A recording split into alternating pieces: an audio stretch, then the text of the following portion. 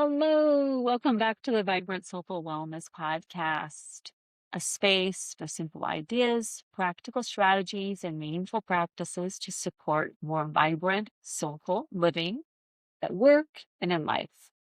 I'm your host, Annie Barrett. For 25 years, I've guided individuals, groups, workplaces towards greater well-being and fulfillment, drawing on the tools of coaching, lifestyle medicine, habit change science, mindfulness, Ayurveda, and yoga. Each of these episodes is meant to offer you grounded, accessible tools and reflections and ideas that you can use without adding more to an already full life. And I'm glad you're here. So today I'm just going to invite you to begin with taking a nice deep breath in and a long exhale out. And you can do that again. I'm inhaling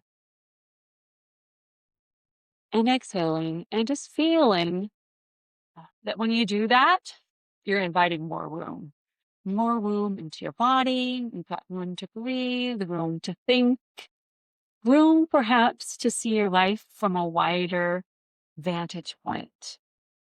And this is what today's topic is about. I've been talking about the 4 aims of life, a framework in yoga, which is kind of a blueprint I think of as a blueprint for living life well.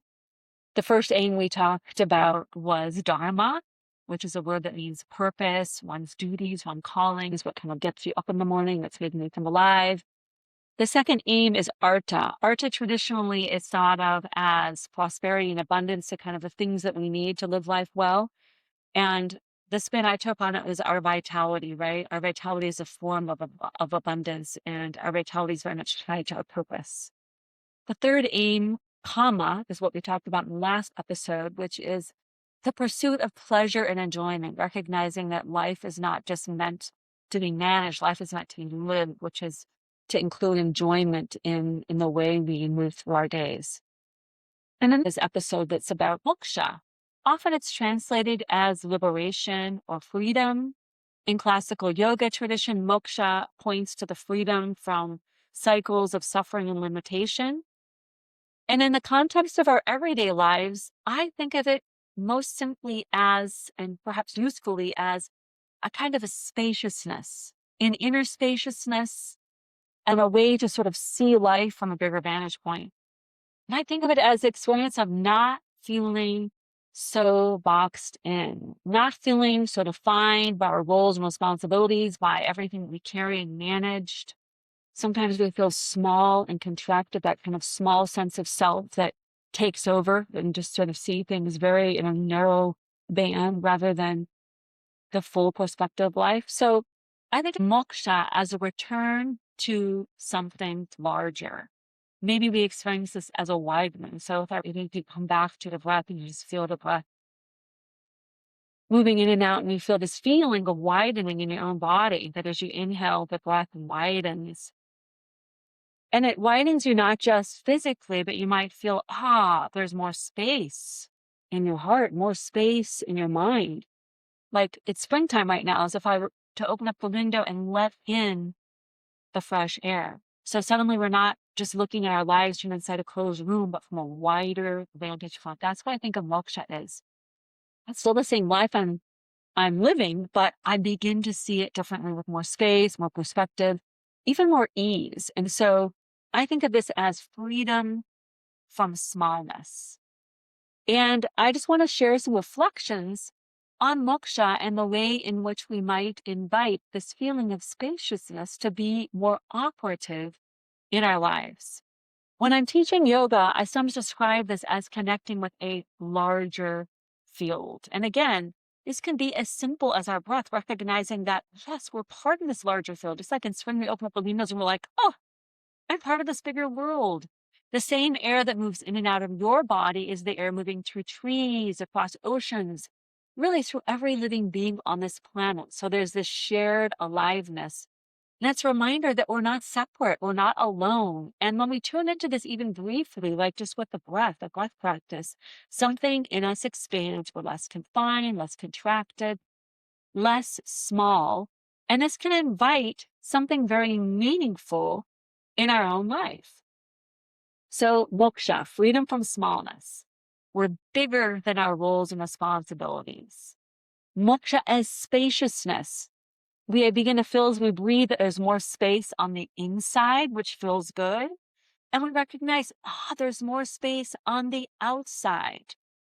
And moksha as connection to this larger field, something that we're part of something bigger, bigger humanity, bigger part of nature, part of this globe. Even if you want to zoom out wide, a part of a bigger universe. And what this grants us is perspective. So sometimes things become so narrow, we can't see the forest for the trees. And when we get out to a clearing, we're like, oh, this is where I've been. This is where I am. Like if you're climbing a mountain, you get up high and you can take in the wider vantage point. That bigger picture invites us to find our way back. And sometimes we really need that perspective of, I can see the bigger picture. I can see how that fits in.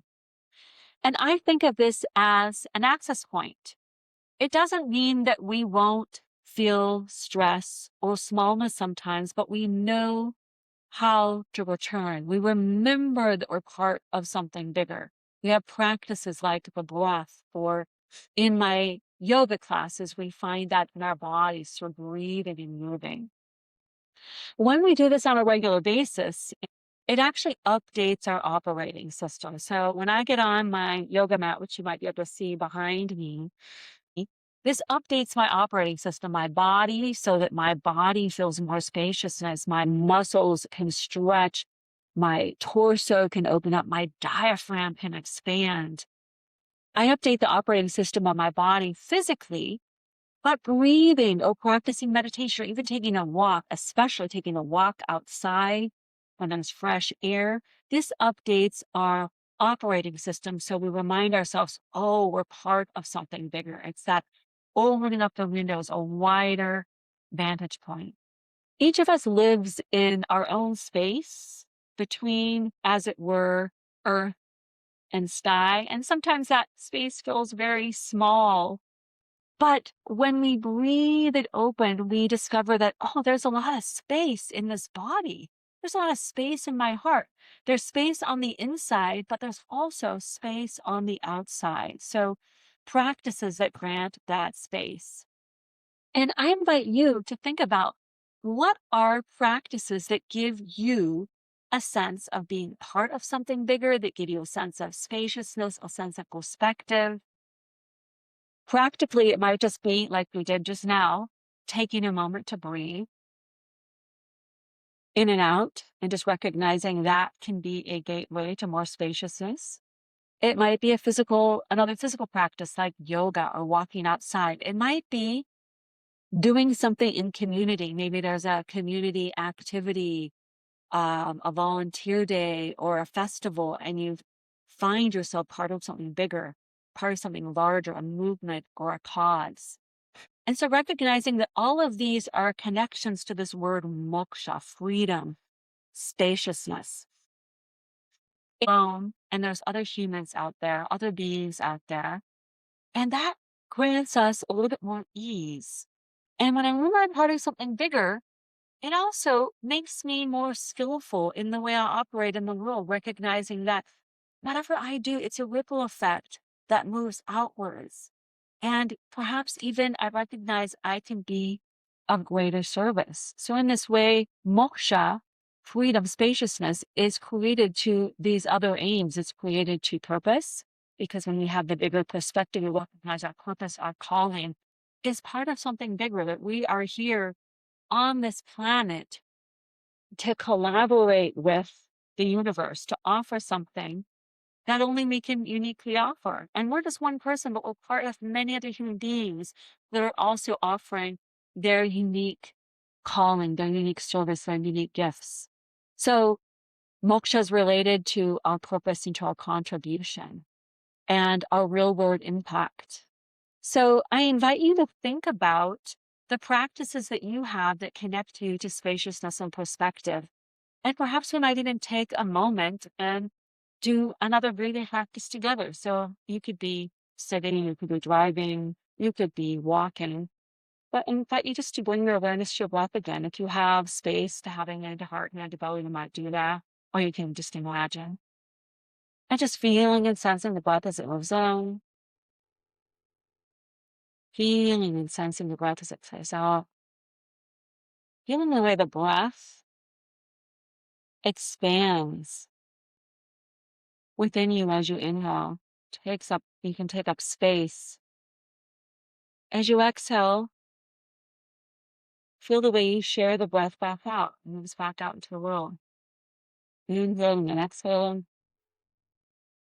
Yoga calls the breath prana life force energy. Just float away. Life force energy wants to expand and dance within you.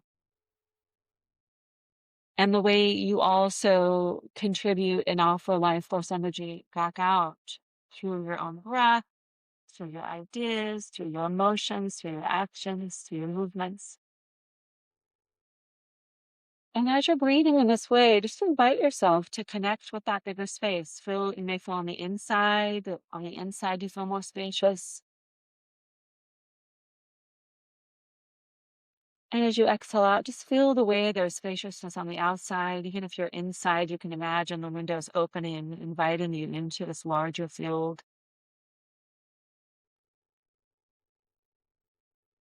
And for just a moment, you might imagine a dissolving of the boundary between your inner spaciousness and your outer spaciousness.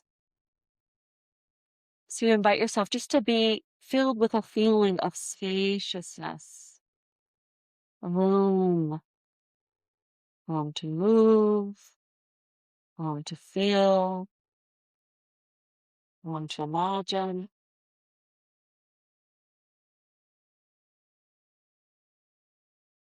And you might just ask yourself, when I touch into this bigger space, what insights are available to me? What does this larger vantage point show me? And you might discover that when we connect to something bigger, and we see things in a different light. I've been exploring moksha, spaciousness, freedom. And I invite you to think about what practices do you have in your life that connect you to spaciousness and perspective? And when you do connect to that, what insights are available to you? Because we all need those insights. So we've been working through these 4 aims of life and thinking of it as a blueprint. And I appreciate you being here. If you enjoyed this episode, I invite you to subscribe wherever you listen, Spotify, Apple Podcasts, Amazon Music, YouTube. If you want to stay connected, visit my website, www.vibrantsoulful.com. You can join my weekly newsletter there, see links to these episodes, and explore additional resources. And I thank you for being here. I'll see you next time.